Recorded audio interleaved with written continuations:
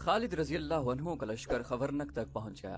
दुश्मन की फौज का कहीं भी नामो निशान तक न मिला। खालिद रजी अल्लाह अन्हु ने लश्कर को रोक लिया और अपने एक जासूस से कहा कि वो कस्बे के अंदर जाए और देखे कि दुश्मन की फौज वहां तो नहीं।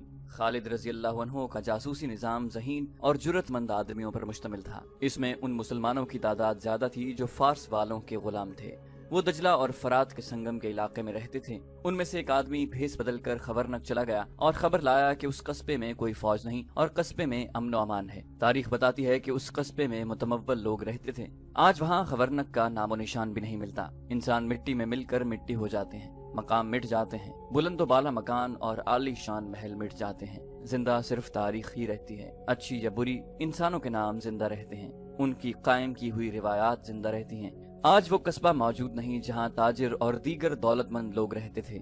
खालिद रजी अल्लाह अन्हु ने आतिश नमरूद में कूदने से पहले इस कस्बे के करीब कयाम किया था। कस्बा नहीं रहा। खालिद रजी अल्लाह अन्हु जिंदा रहे, उनकी रिवायात जिंदा रही। मुसन्ना बिन हारिसा को, आसिम को, अदी को और उन 18,000 मुजाहिदीन को तारीख ने जिंदा रखा है। उनके घोड़ों के सुमों की गर्द को सूरज की किरणों ने चूमा है। क्या मकसद था उन अव्वलीन मुजाहिदीन का जो इस दुश्मन से टक्कर लेने जा रहे थे, जो 18,000 नफूस को निगल लेने की ताकत रखता था। खालिद रजी अल्लाह अन्हु और उनके सालारों के दिलों में तख्तो ताज की हवस नहीं थी, ज़र्र जवाहिरात का लालच नहीं था। एक अज़्म था जो उनके लिए जुनून बन गया था। वो इस कुफ्र को अपने पड़ोस में जिंदा नहीं देखना चाहते थे जो इस्लाम की बका और फरोख के लिए खतरा था। उनके जहनों में कोई शक न था, कोई वहम, कोई वसवसा न था। वो हमेशा जिंदा रहने वाली रिवायत अपने खून से लिखने जा रहे थे। मौरख ने उस वक्त के वाक़े निगारों के हवाले से लिखा है कि खालिद रजी अल्लाह अन्हु पर खामोशी तारी थी। कोई सिपाही उनकी तरफ देखता तो वो मुस्कुराते थे। खालिद रजी अल्लाह अन्हु जब खबरनक से आगे निकले तो उनके मुंह से कोई हुक्म निकलता था या हिदायत, उसके सिवा कोई बात नहीं करते थे। मुसन्ना बिन हारिसा शबखून और दिन की छापामार जंग का और भाग दौड़ कर लड़ने वाली लड़ाई का माहिर था। वो जब खालिद रजी अल्लाह अन्हु को बताता था कि वो यूं करेगा और यूं करेगा,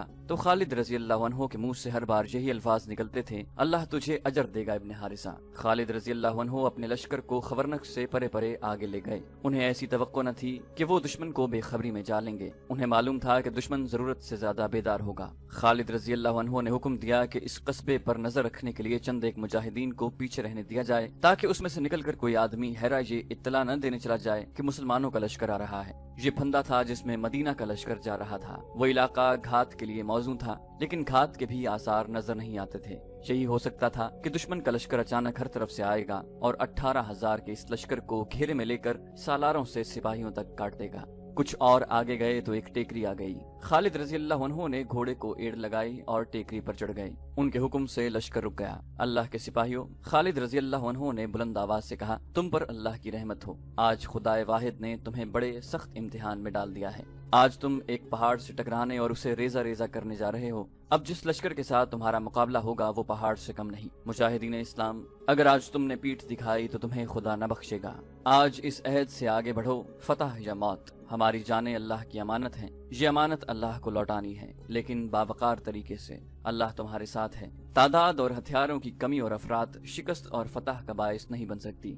फतह जज्बे और अज़्म से हासिल होती है। इस यकीन के साथ आगे बढ़ो कि रसूलुल्लाह सल्लल्लाहु अलैहि वसल्लम तुम्हारे साथ हैं। खालिद रजी अल्लाह अन्हु ने अपने लश्कर के जज्बे को और ज्यादा गर्मा दिया और लश्कर को आगे बढ़ने का हुक्म दिया। वो हैरा के अकब को जा रहे थे। इस तरह उन्हें खासा बड़ा चक्कर काटना पड़ा। जब शहर के करीब गए तो भी दुश्मन का कोई सिपाही नजर न आया। दीवारों के ऊपर और बुर्जों पर भी कोई नजर नहीं आता था। अमनीशिया में भी ऐसे ही हुआ था और खालिद रजी अल्लाह अन्हु ने उसे धोखा समझा था, लेकिन ये धोखा नहीं था। दुश्मन शहर खाली करके चले गए थे। हैरा में भी आतिश परस्तों की फौज कहीं नजर नहीं आती थी। शहर पनाह के दरवाजे खुले थे। मुसन्ना बिन हारिसा अपने चंद एक सवारों के साथ शहर के इर्द गिर्द चक्कर लगाया। इब्ने वलीद, मुसन्ना ने खालिद रजी अल्लाह अन्हु से कहा, सामने वाला दरवाजा भी खुला है और लोग घूमते फिरते दिखाई दे रहे हैं, ऐसा नहीं हो सकता। खालिद रजी अल्लाह अन्हु ने कहा, अमनीशिया खाली था, तू कहता है शहर में लोग मौजूद हैं। ये फंदा है इब्ने हारिसा, ये जाल है। आसिम और अदी को बुलाओ। दोनों सालार आए तो खालिद रजी अल्लाह अन्हु ने उन्हें बताया कि शहर की कैफियत क्या है।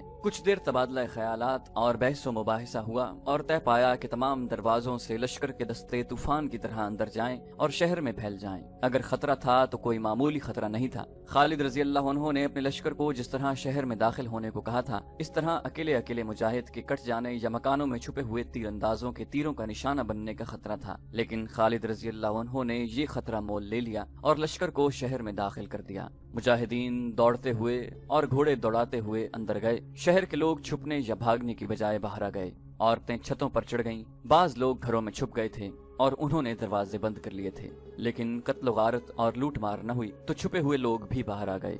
خالد رضی اللہ عنہ نے سارے شہر میں اعلان کرایا کہ جس گھر میں آتش پرستوں کے لشکر کا کوئی آدمی ہو اسے گھر سے نکال دو۔ کسی مکان سے ایک بھی تیر آیا اس مکان کو آگ لگا دی جائے گی۔ شہر کے معززین اور سرکردہ افراد کا ایک وفد خالد رضی اللہ عنہ کے پاس آیا اور بتایا کہ شہر کے کسی بھی گھر میں فوج کا کوئی آدمی نہیں۔ خالد رضی اللہ عنہ نے پوچھا فوج کہاں گئی؟ وفد کے سردار نے کہا مدائن چلی گئی۔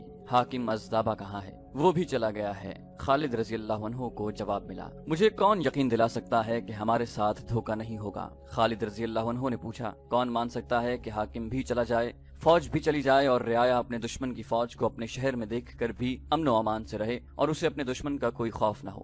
ہم سالار مدینہ کو یہی یقین دلانے آئے ہیں کہ ہیرا کی رعایا امن و امان سے رہے گی اور امن و امان کی درخواست کرتی ہے۔ وفد کے سردار نے کہا دھوکہ آپ کے ساتھ نہیں ہوگا، دھوکہ ہمارے ساتھ ہوا ہے۔ جس رعایا کو اس کا حاکم اور فوج دشمن کے رحم و کرم پر چھوڑ جائے وہ رعایا دشمن کو دوست بنانے کی کوشش کرے گی، دشمن کو دھوکہ دینے کا خطرہ مول نہیں لے گی۔ ہم اس فوج کا ساتھ نہیں دے سکتے جس نے کاظمہ میں شکست کھائی، الیس سے بھاگی، امنیشیا جیسا شہر خالی کر کے بھاگ آئی، اور یہ اتنا بڑا شہر اور اتنی بڑی رعایا کو چھوڑ کر بھاگ گئی۔ خالد رضی اللہ عنہ نے پوچھا تم کیا چاہتے ہو؟ وفد کے سردار نے جواب دیا امن۔ شہر کے باشندے امن کی اور اپنے جان و مال کی اور عزت کی تحفظ کی قیمت دیں گے۔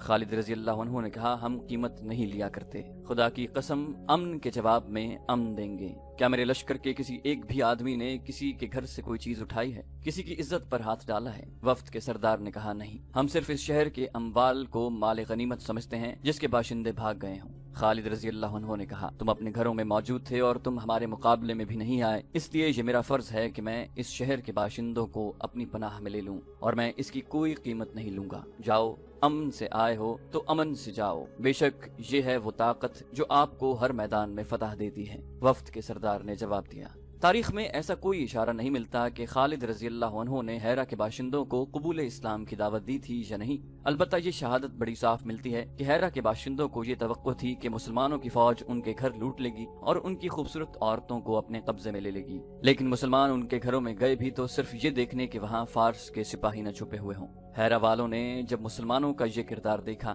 اور خالد رضی اللہ عنہ نے انہیں یقین دلا دیا کہ اس شہر کے باشندے مسلمانوں کی پناہ میں ہیں، تو وہ اتنے متاثر ہوئے کہ بعض نے اسلام قبول کر لیا۔ خالد رضی اللہ عنہ کو ہیرا کے لوگوں سے ایک فائدہ یہ بھی ملا کہ 9 مسلموں نے اور 1-2 سرکردہ افراد نے بھی خالد رضی اللہ عنہ کو بڑی قیمتی معلومات دیں۔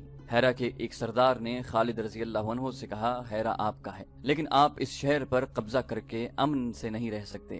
آپ کو شاید یہ معلوم ہوگا کہ ہیرا کے ارد گرد 4 قلعے ہیں جن کے قلعے دار مختلف قبیلوں کے سردار ہیں، اور ہر ایک قلعے میں عیسائی عربوں کی فوج موجود ہے۔ اگر ہم نے فارس کے نامور سالاروں کو شکست دے دی تو ان قلعہ داروں کو شکست دینا شاید مشکل نہ ہوگا۔ خالد رضی اللہ عنہ نے کہا اور پوچھا قلعوں کی فوجیں لڑنے میں کیسی ہیں؟ ہر ایک سپاہی جان لڑا دے گا؟ مجوسی سردار نے کہا ہم ان فوجوں کو فارس کی فوجوں کی نسبت زیادہ طاقتور اور جرری سمجھتے ہیں۔ خالد رضی اللہ عنہ کو ان 4 قلعوں کی جو معلومات بتائی گئیں وہ یوں تھیں۔ ہر قلعے کا اپنا ایک نام تھا۔ ایک قلعے کا نام قصرہ بیز تھا، اس کا قلعہ دار یاس بن قبسیہ تھا۔ دوسرے قلعے کا نام قصر العدسین تھا، عدی بن عدی اس کا قلعہ دار تھا۔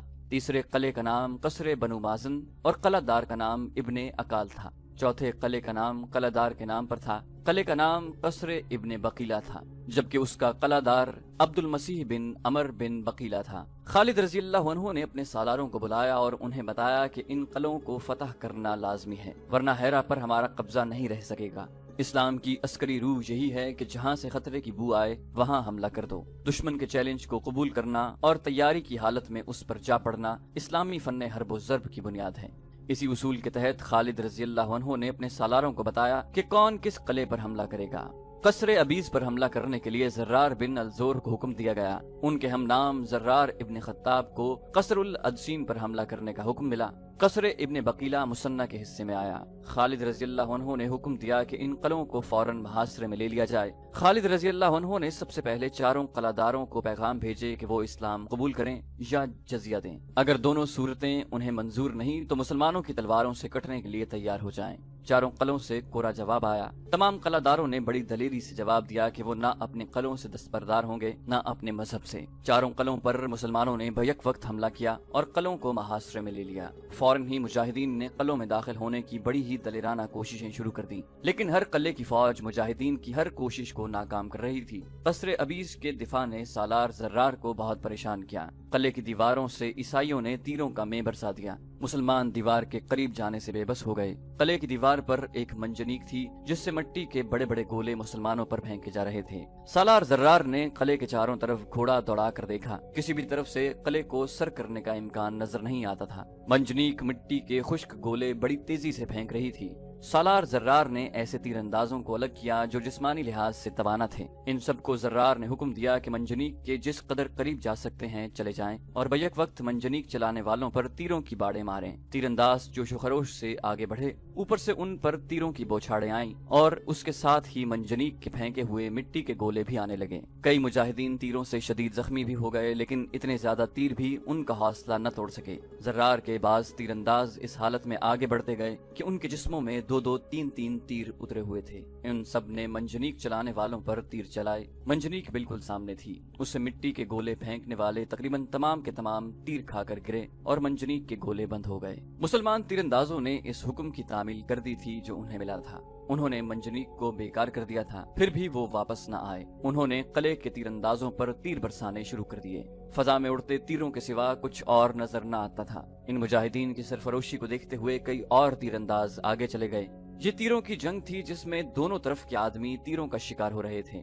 सालार जर्रार ने जब अपने इन तीरंदाजों की बेखौफी देखी तो वो कले के इर्द गिर्द घूम गया और उसने तीरंदाजों से कहा कि वो और करीब से तीर चलाएं। बाकी तीन कलों की कैफियत बिल्कुल इसी जैसी थी। ईसाई बेजिगरी से मुकाबला कर रहे थे। मुसलमान घुड़सवार घोड़े दौड़ाते हुए दीवार के करीब जाते और दौड़ते घोड़ों से तीर चलाकर आगे निकल जाते। इस तरह मुसलमान सवारों को ये फायदा हासिल होता था कि वो तीरों का निशाना बनने से बच जाते थे। इसके बावजूद सवार तीरों से जख्मी हुए। बाज मुजाहिदीन ने यहाँ तक बेजिगरी का मुजाहिरा किया कि वो दरवाजों तक चले गए और उन्होंने दरवाजे तोड़ने की कोशिश की, लेकिन कलों के दिफा में लड़ने वालों ने उससे ज्यादा बेजिगरी के मुजाहिरे किए। दीवारों से तीर बरसाने वाले जितने तीरंदाज मुसलमानों के तीरों से गिरते थे, उतने ही ताजा दम तीरंदाज उनकी जगह ले लेते। खालिद रज़ी अल्लाह अन्हु हर कले के इर्द गिर्द घोड़ा दौड़ाते, सूरत हाल का जायजा लेते और मुजाहिदीन को यही एक बात कहते कि चारों कले शाम से पहले पहले सर करने हैं, हम इंतजार नहीं कर सकते। खालिद रज़ी अल्लाह अन्हु पीछे रहकर हुक्म नहीं देते, बल्कि आगे दीवारों के करीब वहां तक जाते रहे जहां ऊपर से उन तीरों की बौछारें आ रही थीं। वो दो कलों के दरवाजों तक भी पहुंचे और तीर उनके इर्द गिर्द उड़ते रहे। खालिद रज़ी अल्लाह अन्हु इसलिए इंतजार नहीं कर सकते थे कि उन्हें खतरा नजर आ रहा था कि अज़दाबा अचानक किसी तरफ से फौज के साथ नमूदार होगा और अकब से हमला कर देगा। वो मुल्क आतिश परस्तों का था, जमीन उनकी, फौज उनकी और वहाँ के बाशिंदे उनके थे। मुसलमानों की तादाद बहुत कम थी और वहाँ उनके लिए कोई पनाह नहीं थी। ये खालिद रज़ी अल्लाह अन्हु की गैर मामूली जंगी फहम फरासत और उनकी और उनके सालारों की बेमिसाल जुर्रत थी कि वो खतरों में गिरते चले जा रहे थे और पीछे हटने का नाम नहीं लेते थे। फारस की फौज के लिए वो दहशत बन गए थे। खालिद रज़ी अल्लाह अन्हु इस खुशफहमी में मुब्तला होने वाले सालार नहीं थे कि दुश्मन जो शिकस्त खाता और पसपा होता चला जा रहा था वो जवाबी वार नहीं करेगा। वो इन चार कलों को या फंदा या जाल में दाना समझ रहे थे। उन्होंने देखभाल के लिए दूर दूर आदमी भेज रखे थे जो बुलंद जगहों पर दरख्तों पर चढ़कर हर तरफ देख रहे थे। उनके लिए यह हुक्म था कि दूर से उन्हें कोई फौज आती नजर आए तो खालिद रज़ी अल्लाह अन्हु को फौरन इत्तला दें, वो आएंगे, वो जरूर आएंगे। खालिद रज़ी अल्लाह अन्हु का ये पैगाम हर एक सालार और हर एक सिपाही तक पहुंच गया और ये भी कि अल्लाह के शेरो हिम्मत करो, कले ले लो, दुश्मन आए तो उस पर तुम्हारे तीर कलों की दीवारों से बरसें। मुसलसल लड़ाइयों, कूच और पेशकदमी के थके हुए मुजाहिदीन अपने जिस्मों को जैसे भूल ही गए थे। वो अब रूहानी कुव्वतों से लड़ रहे थे, एक दूसरे को पुकारते, एक दूसरे का हौसला बढ़ाते और दुश्मन को ललकारते थे। उनके तीर नीचे से ऊपर जा रहे थे। कलों के अंदर ये आलम था कि दीवारों से जख्मी तीरंदाजों को उतार रहे थे। ज्यादातर को तीर चेहरे, आंखों और गर्दनों में लगे थे। उनकी चीखों पुकार से उनके साथियों के हौसले टूटने शुरू हो गए। मुसलमानों की ललकार और उनके नारे कलों के अंदर भी सुनाई दे रहे थे। उनसे कलाबंद लोगों पर खौफ तारी हो रहा था।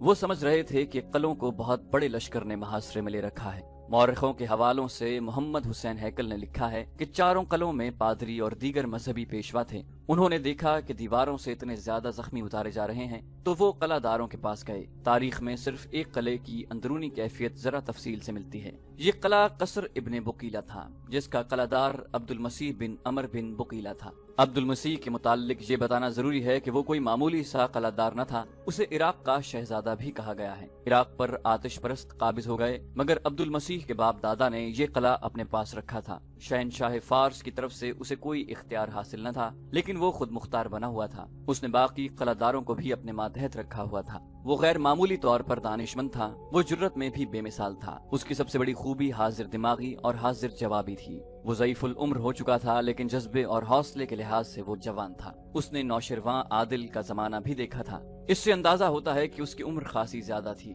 خوش گفتاری اور ظرافت کی وجہ سے نوشرواں، جو کہ کسرا اردشیر کا دادا تھا، عبد المسیح کو بہت پسند کرتا تھا۔ اس نے نوشرواں عادل سے کہا، میں اور میرے کچھ سردار تمہاری اطاعت قبول نہیں کریں گے، ہم اپنے قلعوں میں رہیں گے، اس سے شاید تمہیں بھی کچھ فائدہ ہو۔ میں تمہیں اور تمہاری پسند کے سرداروں کو 4 قلعے دیتا ہوں۔ نوشرواں عادل نے کہا تھا، لیکن میرے مرنے کے بعد فارس میں تمہارے ساتھ کیا سلوک ہوگا میں بتا نہیں سکتا۔ تمہارے مرنے کے بعد فارس کی شہنشاہی کا زوال شروع ہوگا، عبد المسیح نے کہا تھا۔ اتنی اچھی باتیں کرنے والی زبان سے میں ایسی باتیں نہیں سن سکتا ابن بقیلہ، نوشروان نے کہا۔ کیا تم مجھے بد دعا دے رہا ہے یا فارس کے زوال کا باعث تو خود بنے گا؟ عبد المسیح نے کہا تھا، دونوں باتیں نہیں، تو عادل ہے، تیرے بعد عدل بھی مر جائے گا اور پیچھے شہنشاہی رہ جائے گی، تیسری یا چوتھی نسل تیرا نام ڈبو دے گی، پھر فارس کی سرحدیں سکڑنے لگیں گی اور یہاں کوئی اور قوم آ کر حکمران بنے گی۔ نوشروان عادل نے کہا تھا، ماننے کو جی نہیں چاہتا، فارس ایک طاقت کا نام ہے۔ عبد المسیح نے کہا، غور سے سنو عادل بادشاہ، جس دماغ میں شہنشاہی گھر کر لیتی ہے اس دماغ سے عدل و انصاف نکل جاتا ہے، تخت پر بیٹھ کر رعایا کی محبت دل سے نکل جاتی ہے۔ تیرے بعد آنے والے اگر فوج پر بھروسہ کر کے رعایا کا خیال نہیں کریں گے تو وہ اپنے زوال کو تیز کریں گے۔ ان سے تنگ آئی ہوئی رعایا ان کا ساتھ دے گی جو باہر کے حملہ آور ہوں گے۔ میری عمر ابھی اتنی زیادہ نہیں کہ تجربے کی بنا پر بات کروں، لیکن میں محسوس کر رہا ہوں کہ آنے والا وقت فارس کے لیے اپنے ساتھ کیا لا رہا ہے۔ اب عبد المسیح کی عمر اتنی زیادہ ہو گئی تھی کہ کمر جھک گئی تھی، کندھے سکڑ گئے تھے، راشا ایسا کہ اس کا سر ہلتا اور ہاتھ کانپتے تھے۔ نوشرواں عادل کی دوسری نسل کا شہنشاہ شکست کے صدمے سے مر چکا تھا اور فارس کا زوال شروع ہو چکا تھا۔ خالد رضی اللہ عنہ کے لشکر نے آج عبد المسیح اور اس کے سرداروں کے قلعوں کو محاصرے میں لے رکھا تھا اور اس کی قلعہ بند فوج کا حوصلہ کمزور ہوتا جا رہا تھا۔ اس میں اتنی طاقت نہیں رہی تھی کہ دیوار پر جا کر دیکھتا کہ محاصرے کی اور مسلمانوں کی کیفیت کیا ہے اور مسلمانوں کی نفری کتنی ہے۔ اسے شاید مسلمانوں کی نفری کا اندازہ نہیں تھا۔ مسلمان صرف 18,000 تھے اور انہوں نے 4 قلعوں کو محاصرے میں لیا ہوا تھا، بلکہ بڑھ بڑھ کر حملے کر رہے تھے۔ عبد المسیح اپنے محل میں گیا تو 2 پادری اس کے انتظار میں کھڑے تھے۔ کیا گرجے میں اپنی فتح اور دشمن کی تباہی کی دعائیں ہو رہی ہیں؟ عبد المسیح نے پادریوں سے پوچھا۔ بڑے پادری نے جواب دیا، جی ہو رہی ہیں۔ اور تم یہاں کیوں آ گئے ہو؟ عبد المسیح نے کہا، جاؤ اور گرجے کے گھنٹوں کو خاموش نہ ہونے دو، ہم اپنی فوج اور لوگوں کو قتل عام سے اور ان کے گھروں کو لٹ جانے سے بچانے آئے ہیں۔ بڑے پادری نے کہا، کیا آپ نہیں دیکھ رہے کہ ہمارے کتنے سپاہی زخمی اور ہلاک ہو چکے ہیں؟ کیا آپ دشمن کی للکار اور اس کے نعرے نہیں سن رہے؟ کیا تم مجھے یہ کہنے آئے ہو کہ میں ہتھیار ڈال دوں؟ آپ کی جگہ اور کوئی قلعہ دار ہوتا تو ہم ایسا مشورہ کبھی نہ دیتے۔ دوسرے پادری نے کہا، لیکن آپ دانشمند اور تجربہ کار ہیں، جو آپ سمجھ سکتے ہیں وہ کوئی اور نہیں سمجھ سکتا۔ حقیقت کو دیکھیں، اس سے پہلے کہ مسلمان قلعہ سر کر لیں اور قلعے میں داخل ہو کر قتل عام اور لوٹ مار کریں اور ہماری عورتوں کو اپنے ساتھ لے جائیں، آپ قلعہ کچھ شرائط پیش کر کے ان کے حوالے کر دیں، یہ بہت بڑی نیکی ہوگی۔ عبد المسیح نے کہا، مجھے سوچنے دو۔ پادری نے کہا، سوچنے کا وقت کہاں ہے؟ اوپر دیکھیں، مسلمانوں کے تیر دیواروں کے اوپر سے اندر آ رہے ہیں، زخمیوں کو کندھوں پر اٹھا کر اوپر سے نیچے لا رہے ہیں۔ کیا آپ دیکھ نہیں رہے کہ دیوار پر اور برجوں میں ہمارے تیر اندازوں کی تعداد کس تیزی سے کم ہوتی جا رہی ہے؟ ناحق خون نہ ہونے دیں۔ قلعے کے باہر مسلمانوں کے حلے اور تیروں کی بوچھاڑیں تیز ہو گئی تھیں، حالانکہ ان کے زخمیوں اور شہیدوں کی تعداد بڑھتی جا رہی تھی۔ عبد المسیح نے پادریوں کی موجودگی میں قاصد کو بھیجا کہ وہ قلعے کی دفاع کی صورتحال معلوم کر کے فوراً آئے۔ قاصد نے واپس آ کر جو صورتحال بتائی وہ امید افزا نہیں تھی۔ دوسرے قلعوں کی کیفیت بھی ایسی ہی تھی جو عیسائیوں کے حق میں نہیں جاتی تھی۔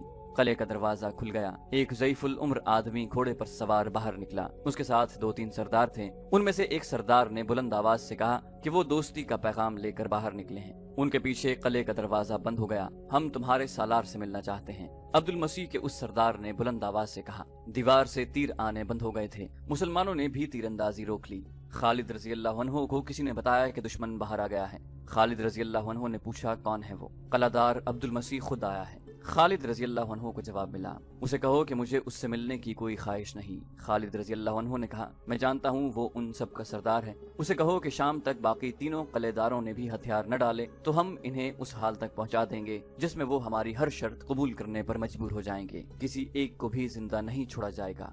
जब अब्दुल मसीह को खालिद रजी अल्लाह अन्हु का ये पैगाम मिला तो वो जान गया कि फतह आखिर मुसलमानों की ही होगी। उसने उसी वक्त अपने सरदारों को दूसरे कलों की तरफ दौड़ाया। दूसरे कलों के अंदर भी यही कैफियत थी जो अब्दुल मसीह के कले के अंदर थी। फौजों का हौसला कमजोर पड़ गया था और लोगों पर खौफ और हरास तारी था। इन कलों के सरदार हथियार डालने के लिए तैयार थे, लेकिन कोई कलादार ये नहीं चाहता था कि हथियार डालने में वो पहल करे और ये तोहमत उस पर लगे कि हथियार सबसे पहले उसने डाले थे, वरना कोई भी हथियार न डालता। अब्दुल मसीह का पैगाम मिलते ही उन्होंने तीरंदाजी बंद कर दी और तीनों कलादार बाहर आ गए। उन्हें खालिद रजी अल्लाह अन्हु के सामने ले गए। उस वक्त खालिद रजी अल्लाह अन्हु एक घने दरख्त के नीचे खड़े थे। क्या तुमने हमें कमजोर समझकर हमारा मुकाबला किया था? खालिद रजी अल्लाह अन्हु ने इन कलादारों से कहा, क्या तुम भूल गए थे कि तुम अरबी हो? क्या तुम्हें ये भी याद नहीं रहा कि हम भी अरबी हैं? अगर तुम अजमी होते तो भी तुम्हें ये उम्मीद नहीं रखनी चाहिए थी कि तुम इस कौम को शिकस्त दे सकोगे जो अदल व इंसाफ में यकता है और जिसकी तलवार की धाक बैठी हुई है। ज़ईफुल उम्र अब्दुल मसीह ने कहा, तू जो कुछ भी कहना चाहता है कह सकता है, तू फातेह है। हमें कुछ भी कहने का हक हासिल नहीं क्योंकि हमने तेरे आगे हथियार डाल दिए हैं। मशहूर मौरिख अबू यूसुफ ने खालिद रजी अल्लाह अन्हु और अब्दुल मसीह के मुकाल में लिखते हुए ये भी लिखा है कि अब्दुल मसीह इस कदर बूढ़ा हो चुका था कि उसकी भवें दूध की मानेंद सफेद हो गई थी और इतनी नीचे आ गई थी कि उनसे उसकी आंखें ढक गई थी। उसी मौरिख के मुताबिक खालिद रजी अल्लाह अन्हु अब्दुल मसीह से मुतासिर हुए। खालिद रजी अल्लाह अन्हु ने अब्दुल मसीह से पूछा, तुम्हारी उम्र कितनी है? अब्दुल मसीह ने जवाब दिया, 200 साल। खालिद रजी अल्लाह अन्हु ये जवाब सुनकर बहुत हैरान हुए। उन्होंने उस बूढ़े कलादार को और ज्यादा गौर से देखा, जैसे उन्हें यकीन न आ रहा हो कि ये शख्स 200 साल से जिंदा है। किसी भी मौरिख ने अब्दुल मसीह की सही उम्र नहीं लिखी। वाकयात से पता चलता है कि उसकी उम्र 100 साल से कुछ ऊपर थी। खालिद रजी अल्लाह अन्हु ने कहा, तूने बड़ी लंबी उम्र पाई है, ये बता कि इतनी लंबी जिंदगी में तुमने सबसे ज्यादा अजब चीज क्या देखी है? अब्दुल मसीह ने जवाब दिया, नौशरवां का अदल व इंसाफ। इस दौर में हुकूमत उसकी होती है जिसके बाजू में ताकत और हाथ में तलवार होती है, लेकिन नौशरवान ने अदलो इंसाफ के जरिए लोगों के दिलों पर फतह पाई। तुम कहते हो कि मुसलमान अदलो इंसाफ में यकता हैं। नहीं, मैं नौशरवान को आदिल मानता हूँ। खालिद रजी अल्लाह अन्हु ने अब्दुल मसीह से पूछा, तुम कहाँ से आए हो, कहाँ के रहने वाले हो? अब्दुल मसीह ने जवाब दिया, एक गाँव है जहाँ तक कोई औरत भी सफर करे तो उसके लिए एक रोटी का एक टुकड़ा भी काफी होता है। खालिद रजी अल्लाह अन्हु ने कहा, क्या तुम अहमक तो नहीं? मैं पूछ क्या रहा हूँ और तुम जवाब क्या दे रहे हो? मैंने पूछा था कहाँ से आए हो। अब्दुल मसीह ने जवाब दिया, अपने बाप की रीढ़ की हड्डी से। खालिद रजी अल्लाह अन्हु ने झुंझला कर कहा, तुम कलादार बनने के काबिल कब हुए थे? मैंने पूछा है तुम कहाँ से आए हो? अब्दुल मसीह ने जवाब दिया, अपनी माँ के रहम से। खालिद रजी अल्लाह अन्हु ने जब देखा कि इस बूढ़े का बोलने का, सोचने का और जवाब देने का अंदाज मजे का खेज सा है, तो उन्होंने तफरीह तबा के लिए उससे वैसे ही सवाल करने शुरू कर दिए। ये सवाल और जवाब तकरीबन तमाम मौरिखों ने लिखे हैं। खालिद रजी अल्लाह अन्हु ने पूछा, तुम कहाँ जाओगे? अब्दुल मसीह ने जवाब दिया, आगे को। तुम्हारे आगे क्या है? अब्दुल मसीह ने कहा, आखिरत। खालिद रजी अल्लाह अन्हु ने पूछा, तुम जानते हो कि तुम कहाँ खड़े हो? जवाब मिला, जमीन पर। खालिद रजी अल्लाह अन्हु उसकी बेरुखी और लापरवाही देखकर उसे ये एहसास दिलाना चाहते थे कि वो फातिह सालार आला के सामने खड़ा है। खालिद रजी अल्लाह अन्हु ने मालूम नहीं क्या सोचकर उससे पूछा, तुम किस चीज के अंदर हो? अब्दुल मसीह ने कहा, अपने कपड़ों के अंदर। अब खालिद रजी अल्लाह अन्हु को गुस्सा आने लगा। उन्होंने तंजिया लहजे में कहा, दुनिया कम अक्लों को तबाह करती है, लेकिन दाना लोग दुनिया को तबाह करते हैं। मुझे मालूम नहीं था कि तुम कम अक्ल हो या दाना। मुझे सही जवाब तुम्हारे लोग ही दे सकते हैं। अब्दुल मसीह ने कहा, ए फातिह सालार, चूंटी बेहतर जानती है कि उसके बिल के अंदर क्या कुछ रखा है, ऊंट नहीं बता सकता। खालिद रजी अल्लाह अन्हु ने चौंक कर अब्दुल मसीह की तरफ देखा। उनका गुस्सा खत्म हो गया। उन्होंने महसूस कर लिया कि ये शख्स अहमक या कम अक्ल नहीं। खालिद रजी अल्लाह अन्हु ने उसे अपने बराबर बिठा लिया। अब खालिद रजी अल्लाह अन्हु के अंदाज में एहतराम था। ए बुजुर्ग, खालिद रजी अल्लाह अन्हु ने कहा, कोई ऐसी बात बता जो तू हमेशा याद रखना चाहता है।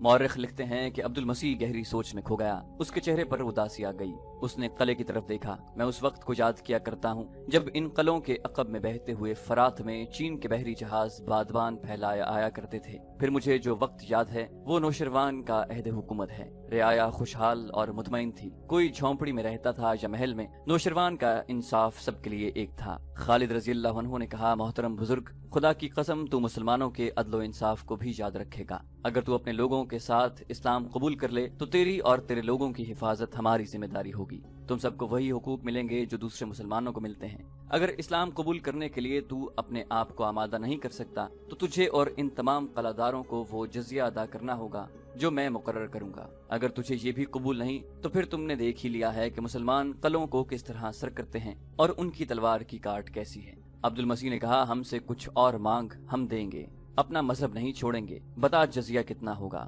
خالد رضی اللہ عنہ نے کہا، تجھ جیسے دانا سے مجھے اس جواب کی توقع نہ تھی۔ کفر نے تجھے شکست تک پہنچایا ہے۔ اس عربی کو میں کم عقل سمجھتا ہوں جو عربی راستے سے ہٹ کر اجمی راستہ اختیار کر لے۔ خالد رضی اللہ عنہ کے ان الفاظ نے نہ عبد المسیح کو متاثر کیا نہ دوسرے کسی قلعہ دار یا سردار کو۔ وہ اپنے انکار پر قائم رہے۔ جب خالد رضی اللہ عنہ نے انہیں جزیہ کی رقم بتائی تو انہوں نے اسے فوراً قبول کر لیا۔ یہ رقم 1,90,000 درہم تھی۔ جو عہد نامہ تحریر کیا گیا اس کے الفاظ یہ تھے، بسم اللہ الرحمن الرحیم۔ یہ عہد نامہ خالد بن ولید نے ہیرا کے سرداروں عدی بن عدی، عمر بن عدی، عمر بن عبد المسیح، ایاس بن قبسیہ اور ہیری بن اکال سے کیا ہے۔ اس عہد نامے کو ہیرا کے لوگوں نے قبول کر لیا ہے اور اپنے سرداروں کو اس کی تکمیل کا ذمہ دار ٹھہرایا ہے۔ اس عہد نامے کے مطابق اہل ہیرا خلافت مدینہ کو 1,90,000 درہم سالانہ ادا کریں گے۔ یہ جزیہ ہیرا کے پادریوں اور راہبوں سے بھی وصول کیا جائے گا۔ صرف اپاہجوں، نادار افراد اور تارک الدنیا راہبوں کو یہ جزیہ معاف ہے۔ اگر یہ جزیہ باقاعدگی سے ادا کیا جاتا رہا تو اہل ہیرا کے تحفظ کے ذمہ دار مسلمان ہوں گے۔ اگر مسلمانوں نے اس ذمہ داری میں کوتاہی کی تو جزیہ نہیں لیا جائے گا، اور اگر اہل ہیرا نے اس عہد نامے کی خلاف ورزی کی تو مسلمان اپنی ذمہ داری سے بری ہو جائیں گے۔ یہ معاہدہ ربیع الاول 12 ہجری میں تحریر ہوا۔